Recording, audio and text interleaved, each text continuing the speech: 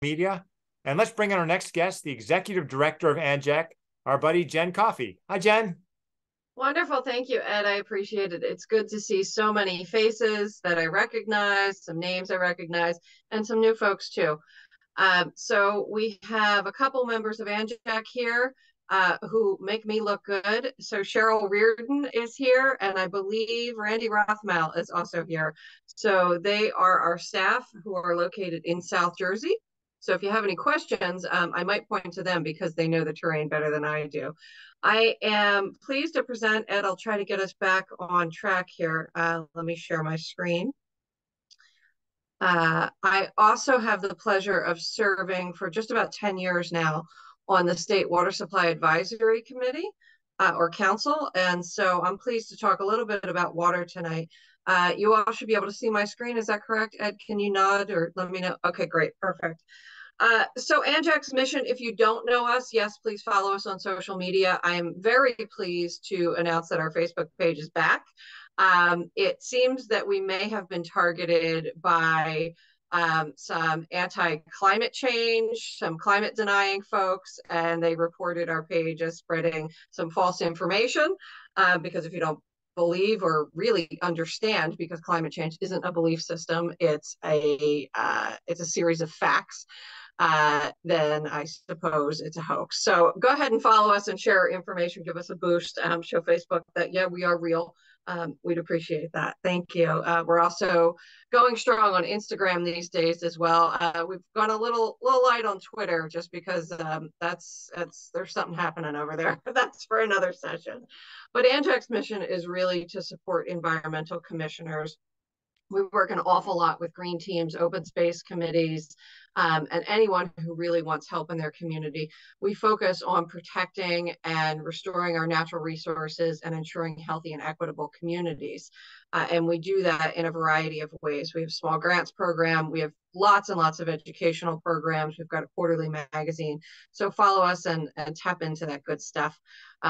We're here for you. We're supported by municipal memberships from environmental commissions. There are about 300 active ECs across the state. And I just want to say thank you to all of you who are municipal members of ANJEC, and for those of you who provide individual donations as well. We can't do this work without you. So that's it. Let's talk a little bit about water. I keep saying I need to put together a series of these, this same photo, because this one is Route 1. I used to say with the least amount of traffic you'll ever see on it, but unfortunately I've got repeat photos of the same exact section of Route 1 because we keep flooding. So we just quite simply have too much water in New Jersey. That is, except for when we don't have enough of it. This is supposed to be a stream, but it looks more like a hiking trail here. There's a great place to go and get information. I don't know if anybody can drop it in the chat. Maybe one of ANJEC's staff can.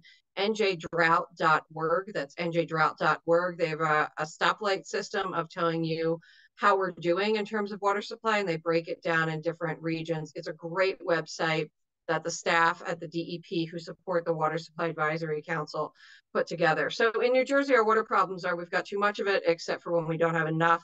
And unfortunately, a good bit of it is too dirty. And so we are very grateful for the drinking water purveyors who treat our water and allow us to have good, clean water that comes out of our taps so that we can drink it. We can boil our spaghetti in it. We can feed it to our cats and dogs and kids. And so we're really thankful for that. But we've got an awful lot of development in New Jersey. And so most of the pollution that we see is related to what we call non-point source pollution at this point in time. But we'll talk a little bit about that later. So too much water, except for when we don't have enough. And a lot of it is too dirty. In terms of volume, which is what I was asked to come and talk to you about today, we have something called the water supply plan, or the water supply master plan. And so I want you to think about this as a checkbook. And so the idea here is that we have so much water in balance, right? If you look at that website, njdrought.org, you can get an idea of, are we at a normal level or are we behind? Should we be concerned that if we don't get any more rain, we might be skewing into a drought? It's summertime. It's almost summertime. It's really going to feel like summertime on Friday. I'm not looking forward to it. But people are using more water. What are they using it for? Mostly their lawns. That's the big uptick that we see. Water a little bit for pools, yes, but mostly lawns. Lawns are the big kicker in the summer.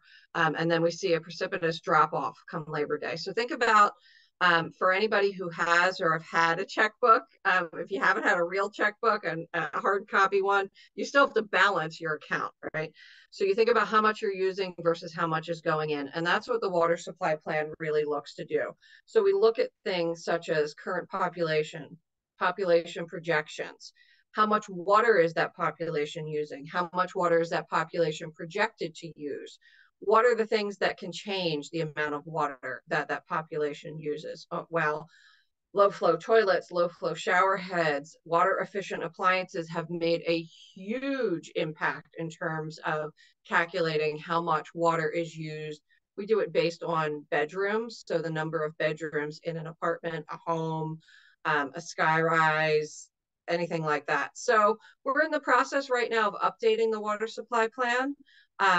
It's supposed to be updated every 5 years. The previous one, which we updated in 2017, hadn't been updated in 20 something years. So we were really behind.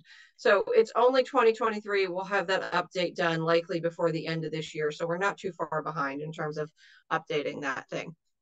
Let's talk a little bit about South Jersey in particular. We call this area the Kirkwood-Cohansey Aquifer. And now I understand that the people who are involved in the Tri-County are relying a lot on the Delaware River and relying on surface water.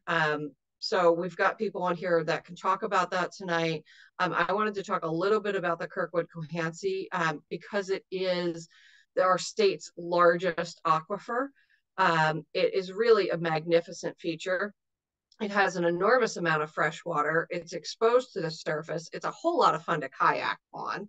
And it provides not only drinking water to an awful lot of people, more than 1 million residents and visitors per year, but it also provides base flow to all of our wetlands, or the majority of our wetlands and our streams and our tributaries in South Jersey. Now, unfortunately, as it is written right now, when we think about that checkbook, it's only concerned with human consumption of water. It's not necessarily concerned with drying up wetlands or streams. Now, I try to talk to regulators and say that when we start to see those wetlands and streams drying up, that's nature sending off an alarm bell of telling us, look, you may not have felt the problem at your tap yet or at your water purveyor, but there's a problem going on. So I would like to see us amend the law so that we can pay attention to nature's alarm bells, because when we don't, all kinds of things go wrong. So again, talking a little bit more about the Kirkwood-Cohansey Aquifer, as much as we like to think of South Jersey as being not very populated, less populated certainly than Essex County, Hudson County, there's a lot of people and businesses tapping into this aquifer. So you can see agriculture, public supply, businesses. So there's an awful lot of people who rely on this aquifer for personal use, for business use, and for agriculture. What are the threats to it? Well, we talked a little bit about those already. So too much use, using too much of it, looking at contaminants, which we talked about a little bit in terms of drinking water today, but I want to talk a little bit more about those non-point source pollution. Remember, we said there's too much water except for when there's not enough, and much of it's too dirty. Well, the much of it's too dirty really comes from the individual uses at this point in time. So it's poor stormwater management, it's poor septic system management. I had the privilege of living on a septic system for about a decade, and I worked at a place for about a decade that relied on a septic system. And the amount of people that I would have conversations with in my, if you can call it a neighborhood, it was a pretty rural area, who told me they never pumped their septic system where I lived. I said, you what? They said, no, they never pumped their septic system. And I said, you have to pump it. And they said, no, it just goes away. goes away, huh? It goes somewhere, I'll tell you that. But it doesn't go away. It's not magic when you put things in that box. You do have to pump it. It will spring a leak. It will leach out into the nearest stream, into your soil, into an aquifer. So poor septic system management is a huge issue. And South Jersey is parts of it in the Kirkwood-Cohansey aquifer are considered urbanized. And so what are the impacts? Well, the Pine Barrens is a pretty sensitive system. And I try to tell people in New Jersey who've never been to the Pines, go to the Pines, go to the Pines. It's a UNESCO World Biosphere Site. There's nowhere else like it in the world. We have a magnificent world treasure here in New Jersey. And anytime I can go out and get lost in a kayak out there, that's where I'll be. So if you can't find me, don't look for me. I don't want to be found. That's where I am. I'm out in the middle of the pines. It's really a precious resource, and it's sensitive. It is that way because the ecology has grown up around elevated pH. It's grown up around these particular sandy soils. It's really a special place. So we need to safeguard it and make sure that we don't overpollute it. This is a picture of what we call the Atlantic City 800-foot sands. So that's an aquifer that comes in from the ocean. I need a better map rather than trying to do this with my hands. I'm more impressive in person when I do this. But if you think of where the ocean is, so the 800-foot sands are coming in from the ocean. There's an aquifer that actually exists under the ocean and then bleeds into underneath the Kirkwood-Cohansey aquifer. So there's some layering of aquifers. It's not all one uniform aquifer under there. And we're using a lot of it. So we've got issues with saltwater intrusion coming into our Atlantic City sands.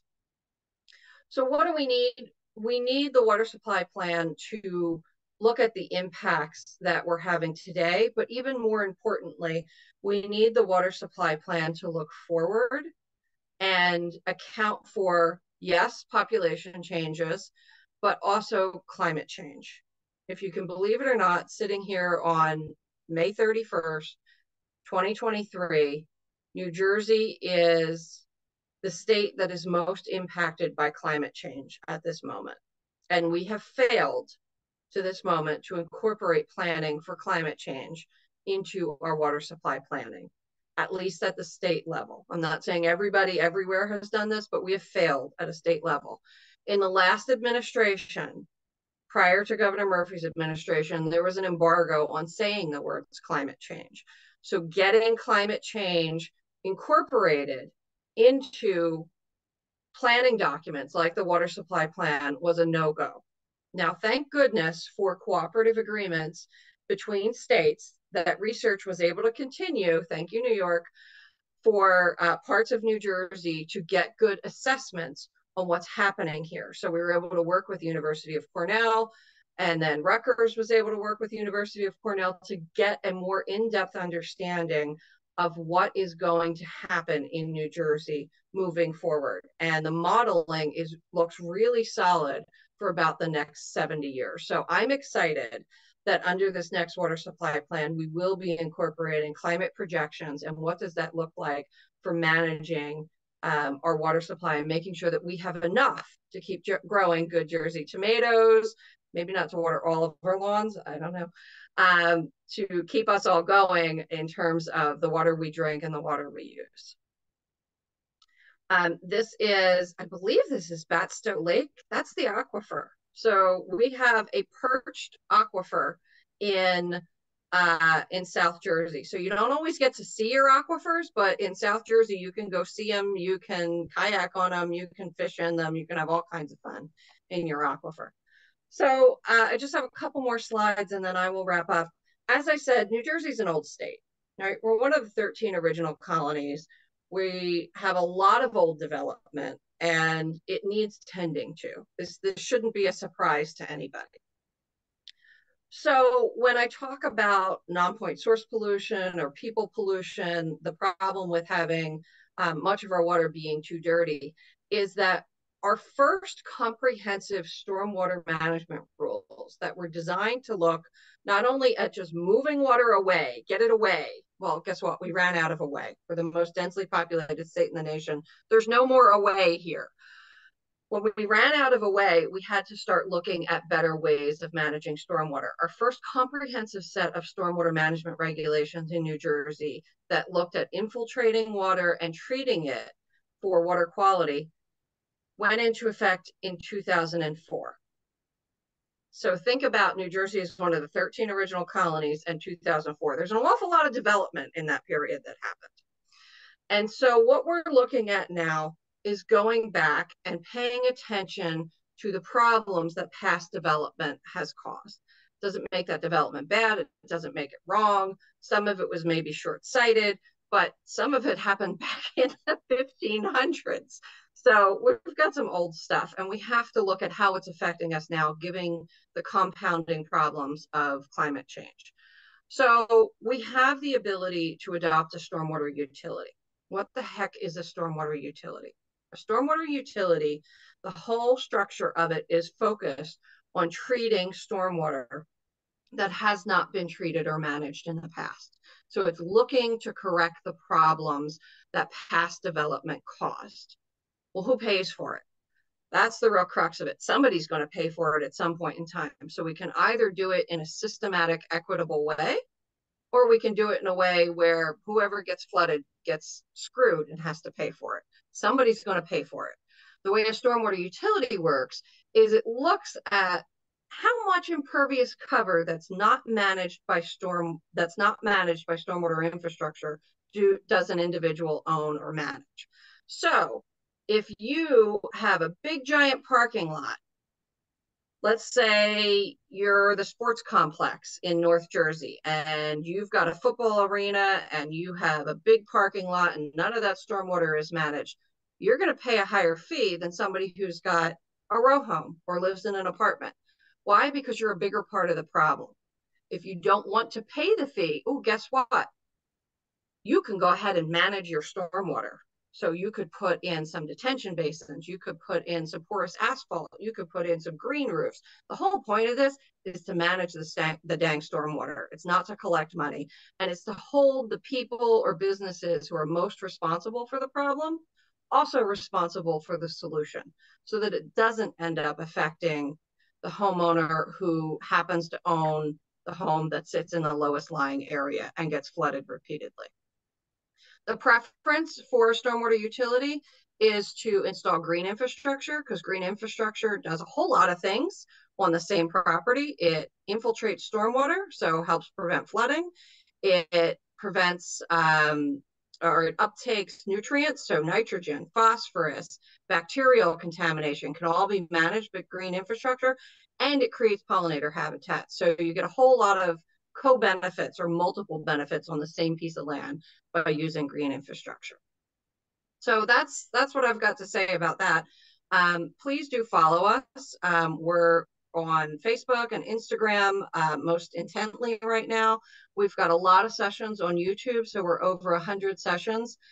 We started posting our educational webinars there when the pandemic broke out. So if you need information, it's probably there. This is my email, but if you really want to get a quick response, you'll email info@anjec.org, because I can't keep up with my own email. So our staff do a better job at managing info@anjec.org. So if you really need to get in touch with us, go ahead and do that.